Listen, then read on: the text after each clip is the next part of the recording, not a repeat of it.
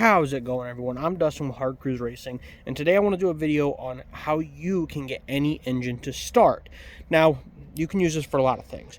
You can use this for, you go out and jump in your car and it doesn't fire up in the morning and you want to do a quick diagnostic, do this. You can be for, you go to buy a car and you want to make sure it's going to run right and it's not firing. You can do these things, real quick things, okay? In my race, our race truck's right here, and that's what we're going to be looking at today. Hey, if it's not firing, do these things. Another project over there. If it's not firing, do these things. Okay, so we're going to go over 4 things that every engine should have. Now, if you have learned about engines or somebody blurped you out some bull crap and said, well, engines need 3 things to run, and that's blah, blah, blah, blah, blah. They're going to tell you it's going to need fuel, it's going to need air, and it's going to need spark. I don't disagree. We're going to add one. We're going to add timing. Because you can have fuel, air, and you can have spark. And you can chase issues all day and not get an engine to run, and it won't fire at all, and it'll be timing. Timing is very important, okay? So, we're going to add timing. Fuel, air, spark, and timing. Now, there is some subcategories under those, and we're going to talk about them. We're going to talk about them on this race truck, but the race truck right now will not start. And that's because my coil is inside. I'm replacing my coil. I know it won't start. That's fine, but we're going to go through the steps. First off, before you ever try to start a vehicle, especially if it's a project, especially if it's something sitting around, check your battery. Go grab your DVOM, digital volt ohm meter, if you got one of those, or, well, that's the easiest way to do it if you're going to test it, but at least make sure when you turn the key on that you got power. I'll tell you right now, this ain't going to have power. Battery's inside on the charger. So, click the key on, make sure you have power, make sure you have significant power, because anything under about 11.3 volts, your engine will no longer crank. You gotta have voltage. It's not like a AA where you put it in something and you're like, it can go dead. No. Like 11.5 to like 12.6, even like 11.7, like you might have issues cranking. 12.6 volts is a fully charged battery. Get there, okay? Get there. So that's where we're going to start. And if you want to know why it's 12.6, it's because there's 6 individual chambers in there. Each one holds about 2.1 volts. It's 12.6 to fully charged battery. There's some science for you, okay? So first and foremost, make sure you have power. Second off, make sure you have gas in the car. I can tell you right now, most cars you're going to be able to see it. Something like my fuel cell back here, it has foam inside. You ain't going to see it. So go grab yourself a gallon of gas and put it in there.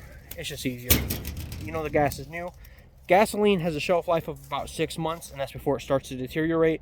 Those things that you see, like that, the cans of heat or whatever that's called, all that's doing is trying to stabilize the fuel so that way you can get more life out of it. But really, gasoline's about 6 months. So if you have a project that's sitting, I haven't driven this in a year. First thing I'm going to do before I try to start this up and fire it up to go racing next year is I'm going to drain the fuel out of it, because that's a year. It's no go. It'll still fire. It'll just, you're going to chase a lot of issues that won't exist with new fuels. It's going to smell bad. Just don't do it. Just drain the fuel. It's pretty easy to do. All right. So you know you got fuel, and you know you got spark, and well, you know you got power. Let's just start there. You know you got fuel in the tank. You know you got battery. So you got spark in the battery. Next thing we're going to do is we're going to check where fuel is flowing. Now again, this truck hasn't been started, so we don't have fuel flowing. But we're going to grab this hood here quick and take it off.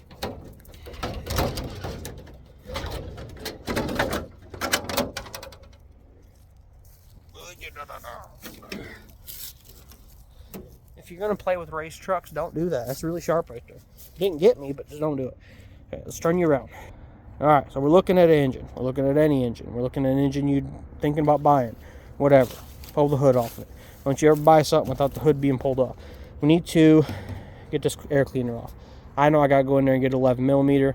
That's because most things on this truck are held together with 11 millimeter or zip ties. And I mean everything. Airbox, radiator, all that's 11 millimeter. Just a racing tip if you're going to get into racing. Standardize things. Okay, so I'm going to go grab that.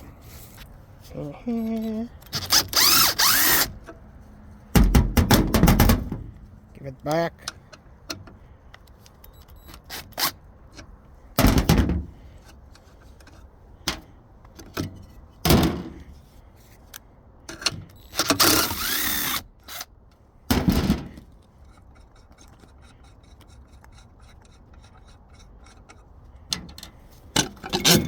Alright.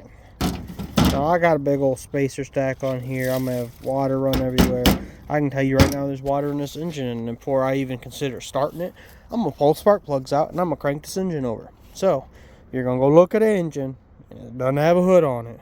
You got an air cleaner and stuff. You seen that water dump out there. That water, any water in there, went into the intake, it went into the engine.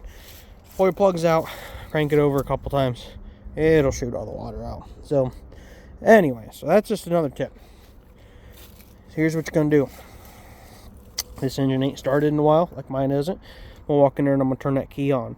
Turning the key on inside of a vehicle, just key on, do not start it, should pressurize your lines. When it pressurizes your lines, it's going to fill fuel into this fuel bowl. So if you walk up here and you take this right here and you go, oh, come on, there we go. And you go like this, that fuel bowl should spray fuel. If your fuel bowl does not spray fuel like mine just didn't, it means there's no fuel in that bowl. That could mean a few things. Could mean that the engine sat here, but if you've pressurized it and you've primed it, then, well, you should have fuel spraying out of that bowl. It means you're probably not getting fuel up here. So next thing you're going to do is turn the key back off, and you're going to undo the screw right here. See the fuel line coming up? So with that screw, or with that taken off, go get yourself a water bottle or something, stick that line in there so you don't spray fuel all over your engine bay, and then go in there and click that key on for a second, come back out here. See if you got fuel. Okay, we're just working on fuel right now. See if you got fuel spraying out of that line into that water bottle. If you don't, we're going to have to start playing another game. We're going to go back here to the fuel pump. Now, if you know anything about cars, you know that fuel pump's usually sitting underneath something, underneath the bed, underneath something. What you're going to have to do is you're going to have to crawl underneath there, and you're going to have to find a spot where there is a disconnect for your fuel line. If you have rubber fuel lines, anywhere where your rubber fuel line meets a connector or a filter or anything like that, you're going to have these clamps or a clamp like it. You're going to take them off, and again, you're going to go up there and you're going to hit that key, and you're going to see if you got fuel pumping out of this fuel pump or anywhere in that line. Now here's the thing. If you have fuel pumping out, say right there at that filter, I have a filter right there, see it? So let's say I come back here and disconnect that, put that in a bottle, and I go up there and I hit the key on, and I got fuel flowing out of that filter. I know I'm good from there to here, relatively good, and I know that I'm bad from there forward up to the engine. Okay, so now we have a few choices. What I would do is disconnect all the lines that you can, go up there and shoot some air down that line. If there's something clogged up in there, you need to know about it. Now, there's some things that can happen. As fuel lines get older, they can collapse internally or externally as well. External collapse, you're going to see the whole thing folded over. That's going to be pretty obvious. An internal collapse, you are not going to be able to see. Internal collapses can really throw you off, guys. I can tell you right now, you go over to O'Reilly's Own or whatever your local parts store is, and that fuel line is not going to be that expensive. Maybe $30 worth of rubber fuel line to do this whole vehicle. So if you just need a little chunk, you go buy yourself a little chunk, fix it, replace it, because that fuel line is crap. The other option is if you don't get fuel up there, you get no fuel at all, you can click that key on, come back here and listen or feel your fuel pump. You should hear it click on. So even if you're in a car, you go to your back seat, see if your back seat comes out. If it doesn't, usually that fuel pump's underneath that back seat. You're going to click it on, you're going to listen, you're going to hear, that's going to be the fuel pump. Okay, if that fuel pump gets up to pressure, this is I don't know what we're at.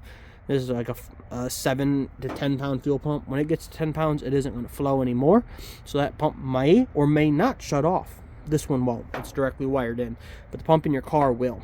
If you hear it shut off, it means it thinks it's at pressure. If it does not flow any fuel out of that side, you might have an issue with this side, the pump or the pickup inside of here, and you're not going to be able to see it, but there is a rod or another piece of this tubing, depending, that goes all the way to the bottom of this tank. That can also collapse. It can get clogged, it can get dirty. So that's everything you need to know about fuel. Okay, you got to have fuel coming to the pump, you got to have fuel going from the pump, you got to have fuel coming out at the carburetor. You got to check all of them. If you don't have fuel up here at the carburetor, you need to work your way all the way back, and you need to work your way all the way forward.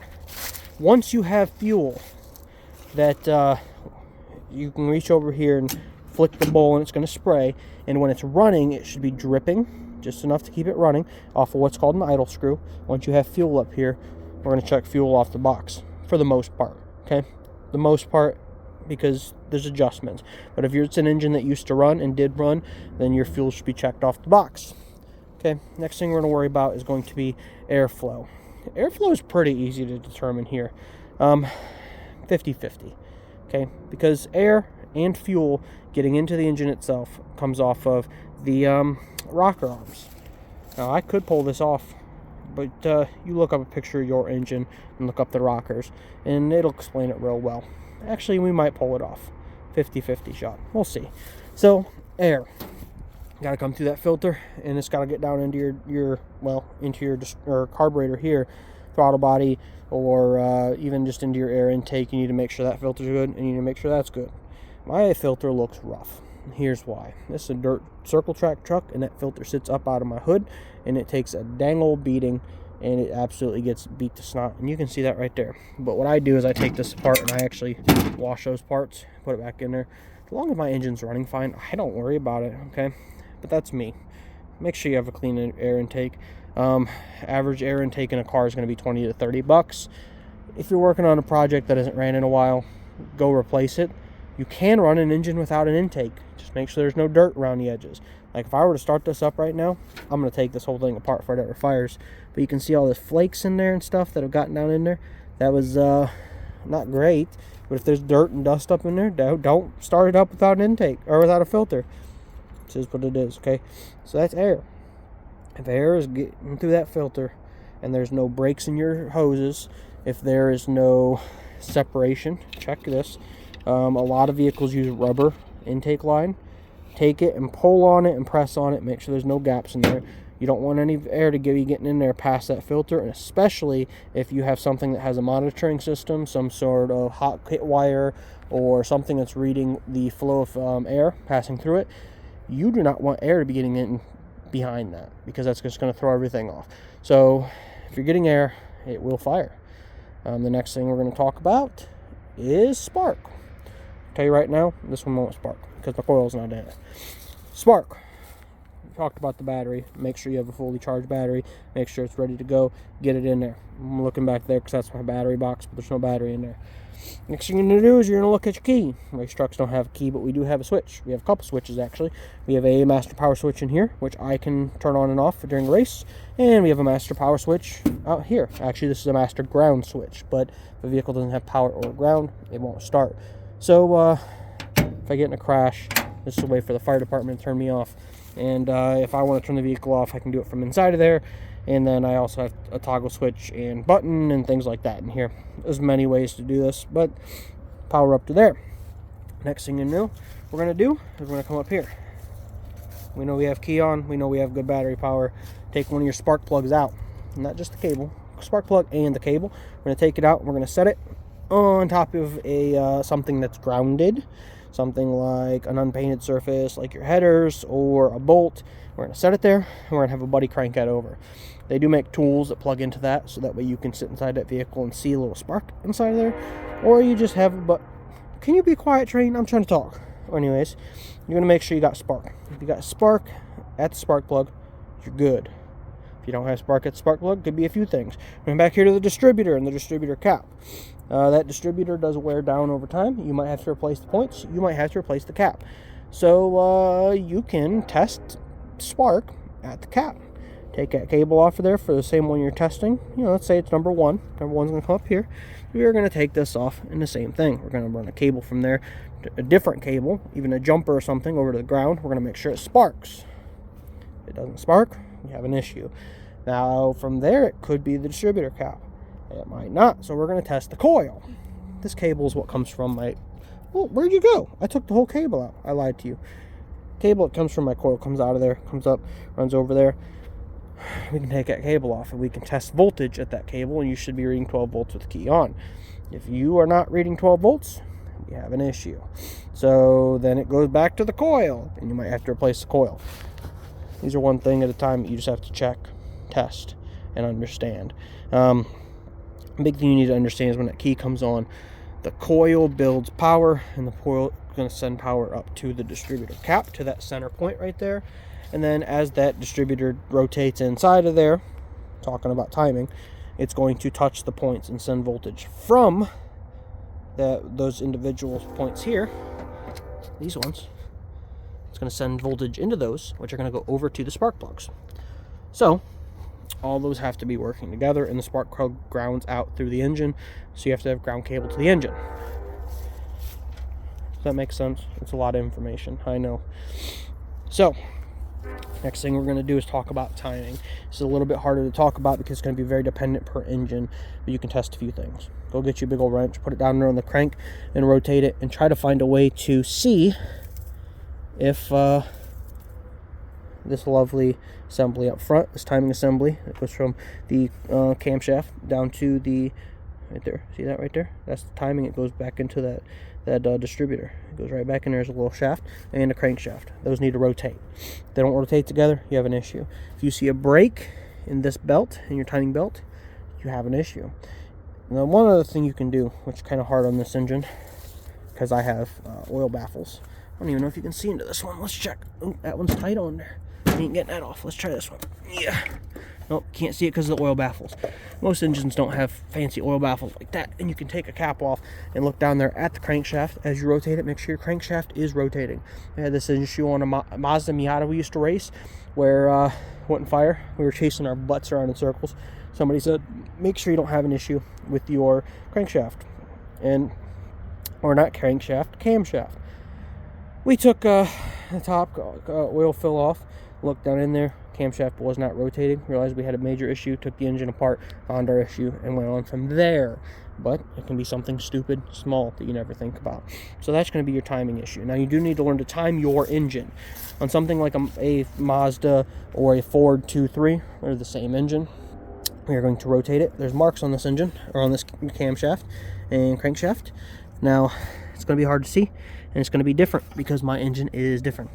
See that white mark down there? That needs to aim at that notch in there. There's a notch in there. Oh, right there's a little notch. Right there's a white mark. My crankshaft's different than yours, and I know that, but there is going to be a mark on your crankshaft. Coming up to this timing shaft here, see that little mark right there? That notch? That little notch needs to point directly on this side. It's not at top dead center right now, but it's going to go through that bolt, through this side, so you're going to have to rotate it, and then it's going to go straight up through this bolt. So you should be able to look down it like this and see that mark line up. Up here's the same mark. See right here? 180 out right now. Going to rotate it around till it's over here. And again, we're going to look through this bolt, down that mark, and down at the timing shaft.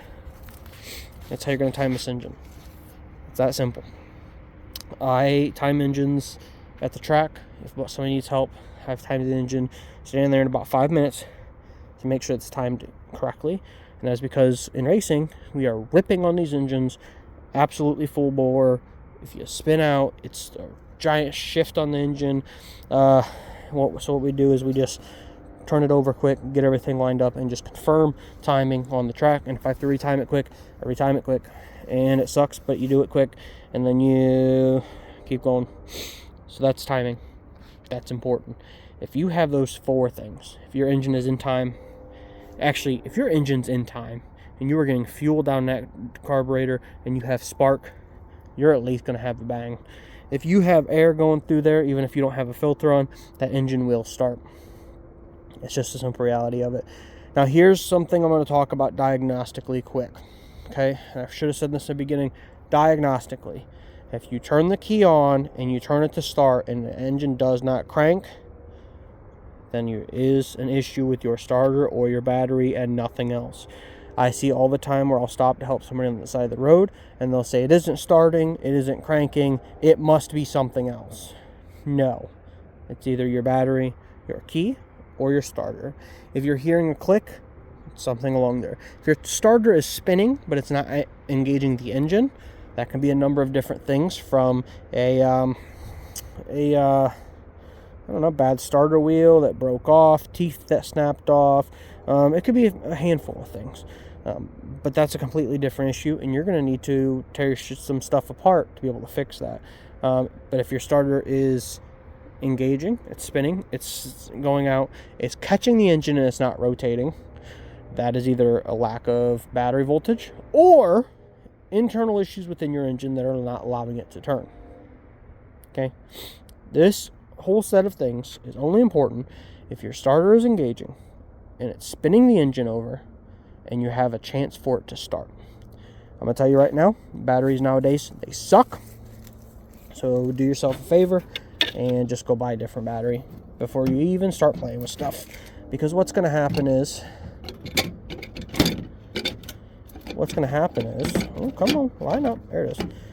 What's going to happen is you're going to chase a bunch of other issues. You're going to be like, it's not cranking, it must be something else. Or you're going to say it's cranking slowly, it must be something else. And you're going to chase issues around, only to find out that if you threw a good battery in it that cranked much faster and increased fuel pressure and increased cylinder pressure as it cranked and increased spark and increased all of that. It all comes from the battery, guys. If you got low battery voltage, a lot of things won't matter and they won't help you because you just gotta have it. Now, again, this engine is specifically for racing, and I have not raced this truck in a year. It sat right here. We just didn't race it this year. It's just a simple reality of it. We were busy doing other things, and so it is in rough condition. It's rust on things that shouldn't have rust on it, and it's just sitting here before I even consider racing this truck. Before I even consider it. Spark plugs are all going to come out. The engine's going to crank. It's going to make sure those cylinders are clear. I'm going to need to at least spray down that carburetor. I'm going to make sure I have brand new fuel in here. I'm going to make sure the fuel is getting up here to the carburetor. I'm going to make sure everything is oiled, lubed, and ready to go. I'm never going to crank this thing like dry. You know, take a little quart of oil and splash a little bit in the top of there. You won't regret that decision. And then, when I get through all of that, then I'll consider cranking it over. And I'm going to crank it a few times, and then I'm going to put the spark plugs back in. And then, when I put the spark plugs back in, it's going to fire right up. And I'm going to let it warm up all the way through a heat cycle. I'm not going to crank on it. I'm going to start it up. I'm going to leave it sitting right here. It's going to warm up. It's going to get the time it needs to get everything flowing through it correctly. And then I'm going to pump these tires up. I'm going to back it out, and I'm going to go take it for a nice light drive.